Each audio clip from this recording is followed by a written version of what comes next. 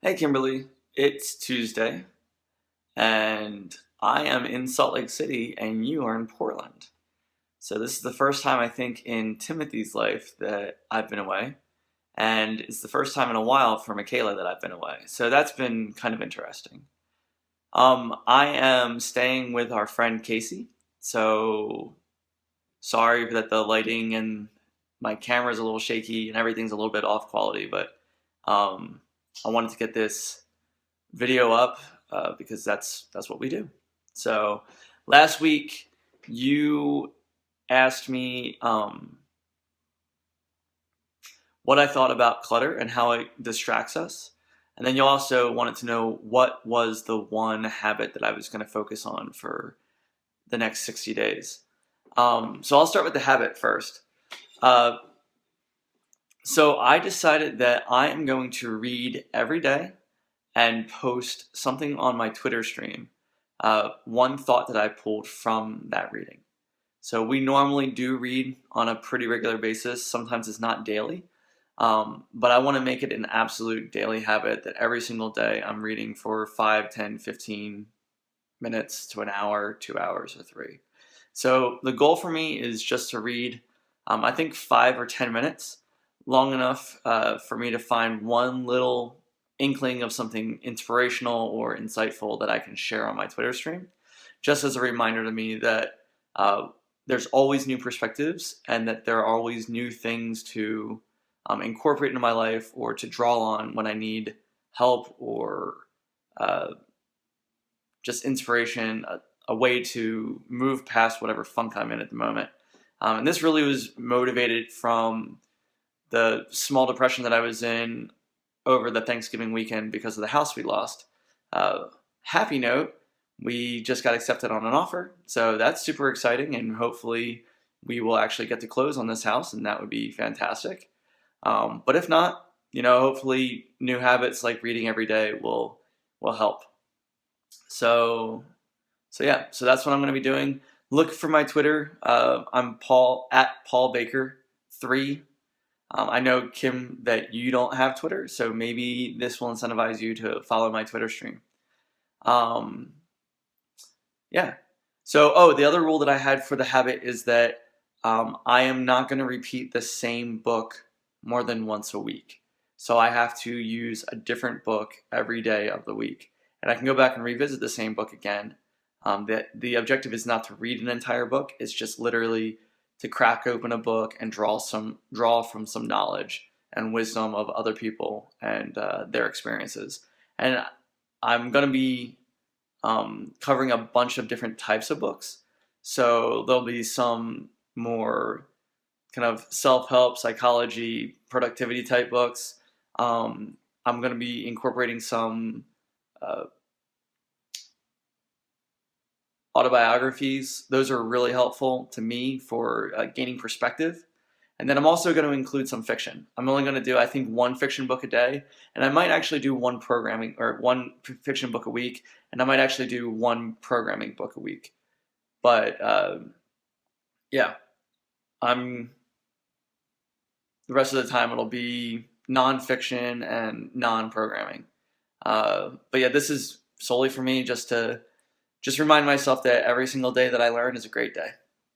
Um, and then as far as uh, your question about clutter, I gave that some thought this week, and I think that actually might not apply to everybody, and I don't think it applies to me. So when I'm getting stressed, I ignore everything. So like I just basically let dishes pile up and bathrooms not get cleaned, but not because I'm subconsciously wanting to clean them. It's just that like I need to block out everything that I think is basically superfluous so that I can focus on the one thing that matters. And I've always been that way and it never bothers me. Like it literally doesn't bother me at all when the house is messy. I don't even think about it. And that's kind of terrible sometimes. because there will be times that are really stressful, and I know that you want me to clean, but it's just one of those deals where uh, I just have to focus on what's bothering me, and what's bothering me is not getting meaningful work done. And usually, when it comes to organizing and cleaning, I just don't find that super meaningful. But I can see how that would be really important to a large portion of people, and that how her concept, the author's concept of our psychology informs our actions, and that our actions are often counterproductive to our desires, is really valid. And I think when I frame the question in that way, there is clutter in my life when I'm stressed, but it usually comes in the form of information. So, like when I really need to buckle down on one thing and get it done, I usually find that's when I'm doing these massive like research projects, right? So I have to learn everything about X or Y or Z right at the same time that I have to buy a house, right? Or I have to learn everything about, uh, I have to get really deep into a programming project at the exact same time that we're going to be um, getting ready for in-laws to come in town. So, or I just have to read like this random Wikipedia article about some historical event because it was posted on Google, on their homepage. Um, so I can see how your particular leanings towards, like you said, that you enjoy organizing, and I don't. Like it doesn't bother. Like it really doesn't bother me whatsoever. I just want to have a minimal kind of space and environment, and I've never really gotten into the aesthetics of where I live. I know that that's a nice thing, but to me, like less is more comfortable, um, and not just less, but just like I kind of want to just ignore my environment and spend most of my time in my head. And I think that's why when I am stressed, I tend to gather thoughts from my head and crowd my mind um,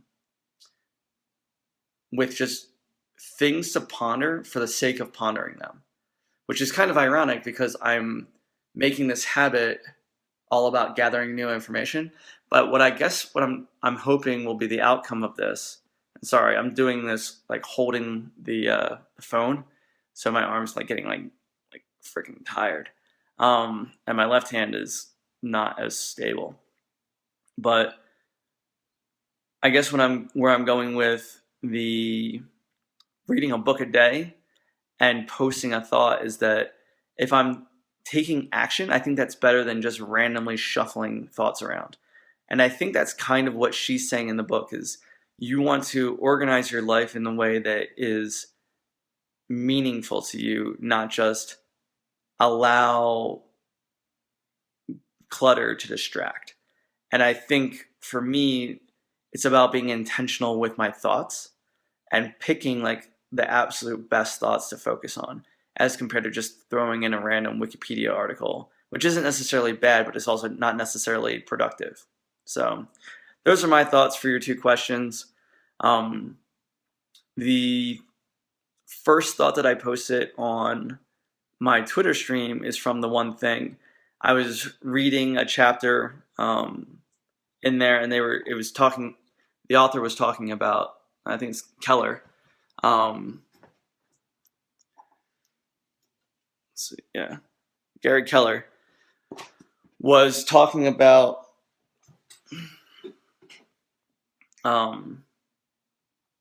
so Gary Keller was talking about how hedging our bets allows us to get a false sense of security because we look at our intentions as a substitute for action, and that by hedging our bets it allows us to kind of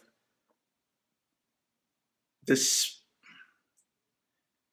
we can think of how we are going to go about executing, and that feels like action as compared to just saying I have one thing to get done, and if I don't get that done, that is not execution, right?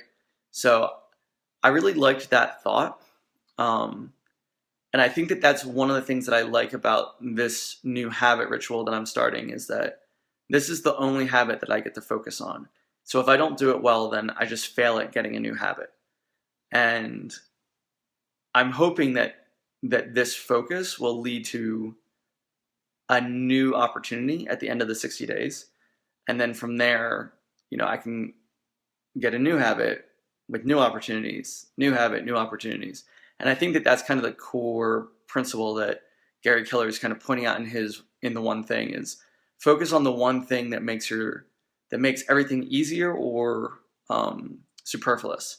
And then from there, just keep building until you're more powerful and more focused and more effortless as compared to just kind of randomly running in a bunch of different directions. So that's what I was thinking about most recently. And I think for Friday, I would love to hear some of your thoughts on that habit that you'd like to work on if you want to join me in this challenge.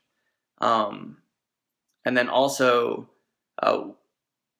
what's been the one book in the last, say, 3 months? Like if you had to pick one book that's probably had the biggest impact on you, which one would it be?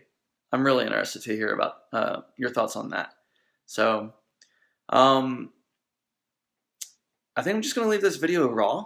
So I'm just going to throw it up there and we're just going to call it good. So I look forward to hearing your thoughts on Friday, and I will be back home Friday night. So talk to you later, Kimberly. I love you. Bye.